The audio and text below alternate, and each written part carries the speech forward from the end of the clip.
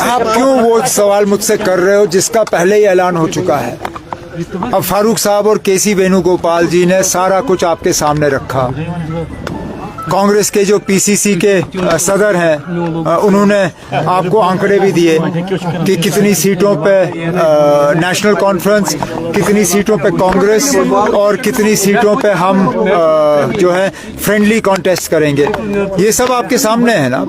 अगर इससे हटके कोई बात करनी हो वो दूसरी बात है, पूछिए फिर। Sir, what are those friendly 5 seats? Can you name please? ना वो लिस्ट निकलाने दीजिए, आपको पता चल जाएगा। उसमें से 3 ऐसे हैं जो हमारे लिए छोड़ना मुश्किल था और 2 सीटें ऐसी हैं जिनके लिए कांग्रेस को मुश्किल हुई थी उन सीटों पे कोई फैसला लेना। तो इन पे हमने तय किया कि इन पे हम दोनों पार्टियां जो हैं अपने उम्मीदवार खड़े करेंगे।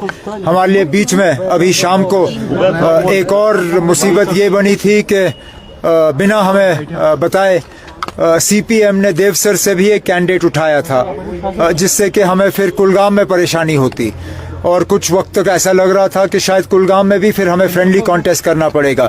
लेकिन फारूक साहब ने अभी तारिगामी साहब से बात की और उनसे गुजारिश की कि देवसर से सीपीएम का कैंडिडेट नहीं उठना चाहिए, जिस चीज़ को तारिगामी साहब ने कबूल किया है।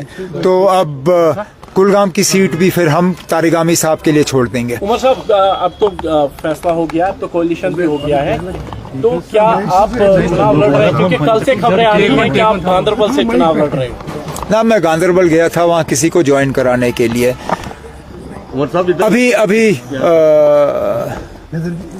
मैं अभी अपने साथियों से इसमें बात कर रहा हूँ।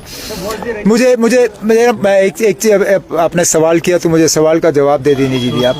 मुझे एक बात का एहसास है, जिस चीज़ का शायद मैंने पूरी तरह से इस पे मैंने सोचा नहीं था और ये मेरी गलती है। जिस असेंबली के लिए मैं खुद लड़ने के लिए तैयार ना रहूं, उस असेंबली के लिए मैं लोगों से कैसे उम्मीद करूं कि वो वोट डालें? मैं कैसे उम्मीद करूं कि मेरे साथी लोगों से वोट मांगेंगे जिस असेंबली को मैं खुद जो है मानने के लिए तैयार नहीं हूं, या मैं खुद उसको नीचा दिखाने का काम करूं? ये चीज़ जो है मेरे ऊपर एक दबाव सा बना हुआ है इस चीज़ को लेके।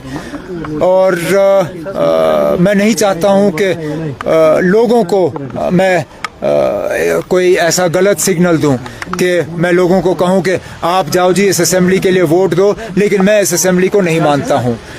तो इन हालात में मुझे दे दीजिए 1 आध दिन, ना आपको पता चल ही जाएगा जब पार्टी की तरफ से लिस्ट जारी होगी।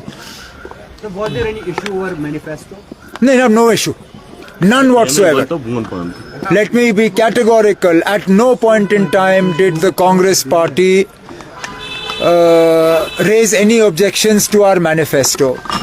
In the initial stages of the discussion at the local level, they had asked whether we would consider some sort of common minimum program, and we told them very clearly that common minimum program is always arrived at after you receive a verdict from the people, after you win an election. And therefore, obviously, we are fighting this election to win. If National Conference and Congress receives the support of the people, then we will form a common minimum program for governance for the next 5 years. But we did not discuss our manifesto with Congress, and nor have we asked Congress what they are going to include in their manifesto. How do you perceive it? Despite the BJP's strong opposition to the manifesto, the Congress didn't come to discussion. No, both, that is an internal matter between the Congress. How can I force them to discuss something? और BJP के तरफ से तो इस तरह की बातें आनी ही है ना। अब आप लोग को लगता है बीजेपी नेशनल कॉन्फ्रेंस के मैनिफेस्टो पे अपना मोहर लगाएगी? बिल्कुल नहीं। बीजेपी को अपना हाउस जो है उसके तरफ देखना चाहिए। आज जो बीजेपी की हालत हुई, जैसे मैंने कहा, ये पहली बार मैंने देखा है कि बीजेपी ने अपना लिस्ट जारी करने के 10 मिनट के अंदर उस लिस्ट को डिलीट किया। आज उनके दफ्तरों में कुर्सियां तोड़ी गई, बुरा हाल है उनके दफ्तर में। बीजेपी अपने घर को ठीक रखे, हम अपने घर के तरफ अपनी तवज्जो देंगे।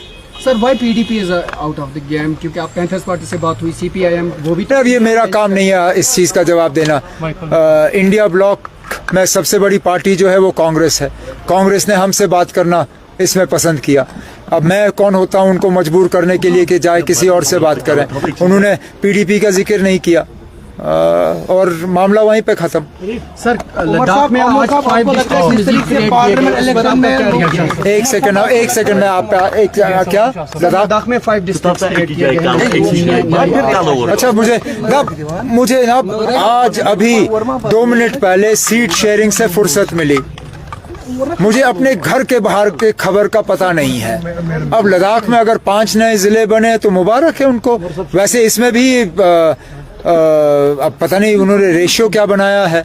हमारी तो कोशिश हमेशा ये रही है कि करगिल और लेह जो है दोनों के साथ बराबरी हो, लेकिन अगर उन्होंने 5 जिले बनाए हैं तो कहीं ना कहीं अनबन होगी। अब किसके साथ नाइंसाफी हुई है वो देखना पड़ेगा। शुक्रिया।